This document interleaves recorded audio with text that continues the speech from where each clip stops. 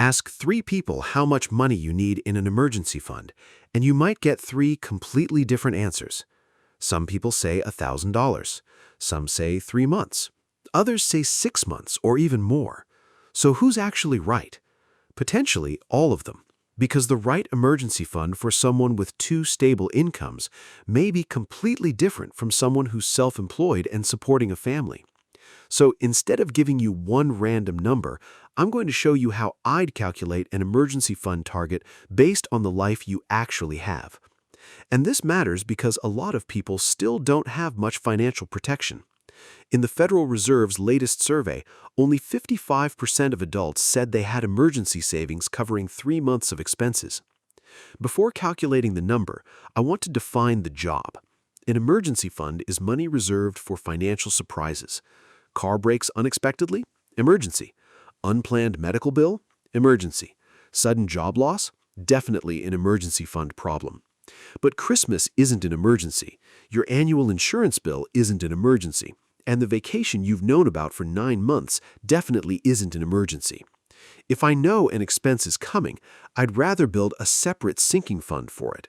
Otherwise, I can save $10,000, spend $3,000 on expenses I knew were coming, and convince myself that emergencies keep destroying my savings. The emergency fund should protect me from things I didn't reasonably plan for. Now we can calculate. Step 1 of the emergency dial is finding my bare-bones monthly number. I'm not asking how much I normally spend every month. I'm asking, if my income disappeared tomorrow, how much would it cost to keep my basic life running? Housing, basic utilities, basic groceries, not my usual restaurant budget, transportation I actually need, insurance, healthcare, and essential medication, plus minimum required debt payments and other obligations I can't simply switch off. Suppose my normal monthly lifestyle costs $4,200, but if things went wrong, I could temporarily operate on $3,000. That $3,000, not $4,200, is the starting point for my emergency fund calculation. Now, here's where people often mix up 2 different goals, the starter buffer and the full emergency fund. The starter buffer is meant to stop a smaller surprise from immediately becoming new debt. The full emergency fund is built for bigger problems, especially an interruption to income. The latest Federal Reserve survey found that 63% of adults said they could cover a $400 emergency using cash or its equivalent. That means more than a third couldn't do that entirely with cash or its equivalent. So if I'm starting from zero, I don't obsess over reaching $18,000 tomorrow. I build protection in layers. $1,000 is better than zero. 1 month is stronger than $1,000, and each layer buys me more financial breathing room. But this still doesn't answer the big question. Do I personally need 3 months, 6 months, or more? This is where I stop copying generic advice and start looking at my actual risk. Factor number 1, how stable is my income? If I have stable employment, strong job security, and income that's highly predictable, I may be comfortable with less runway than someone whose income changes constantly. If I'm self-employed, commission-based, seasonal, or my hours change unpredictably, I'd probably want more protection. Factor number 2, how many reliable income sources support the household? If one paycheck disappears means household income falls to zero. That's very different from a household with 2 stable incomes. Factor number 3, who else depends on my income? Someone supporting children, parents, or other family members may want a different level of protection from someone responsible only for themselves. Factor number 4, what can break around me? A homeowner may face major repair costs that a renter isn't directly responsible for. An older car that I absolutely need for work adds another kind of risk. Healthcare needs, insurance deductibles, and other financial exposures matter too. Factor number 5, if something goes wrong, what other resources realistically exist? I wouldn't count on money I'm merely hoping will appear. My emergency plan should be built around resources I can reasonably rely on. More stability can move my dial down. More financial vulnerability can move it up. That's how I'd choose the runway. Let's compare 2 people with exactly the same monthly expenses. Person A has highly stable employment, another stable household income, no dependence, and relatively low financial exposure. Suppose after considering everything, this person decides 3 months provides an appropriate runway. Person B is self-employed, has one household income, supports a child, and depends on an older car for work. This person might look at the exact same $3,000 bare-bones monthly cost and decide 6 months feels more appropriate. Same essential expenses, completely different emergency fund targets. 3 months is a useful benchmark for thinking about financial resilience, but I wouldn't turn it into a law that applies identically to everybody. The point is to choose deliberately instead of copying somebody else's number. But now let me flip the question. If 6 months is good, wouldn't 12 months be even better? Not automatically, because every extra dollar sitting in emergency cash is a dollar that isn't doing another job. Early on, protection matters enormously, especially when I'm starting from zero.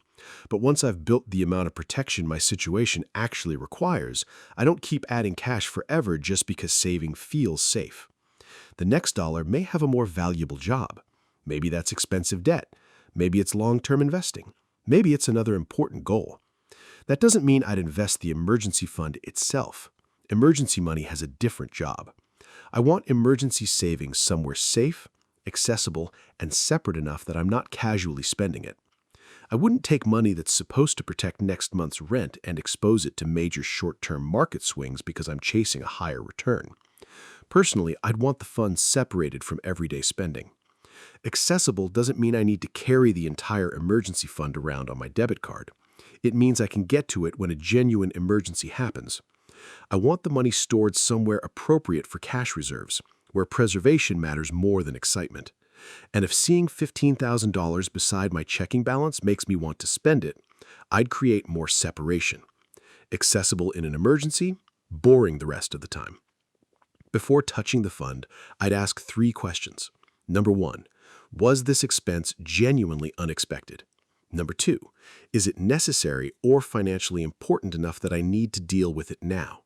Number 3, would ignoring it create a bigger financial or life problem? If it's a real emergency, I use the emergency fund. That's what the money is there for. Using an emergency fund for an actual emergency isn't failing at saving. The fund succeeded. Suppose I have a $12,000 emergency fund and a real $2,000 emergency knocks it down to $10,000. I'd temporarily make rebuilding the missing protection a higher priority again. I'm not starting over financially. I'm maintaining the system. Once the target is restored, I redirect those dollars toward the next financial priority. Let's put the entire emergency fund dial into one example. Meet Lena. She's 33. Lena normally spends about $4,400 per month.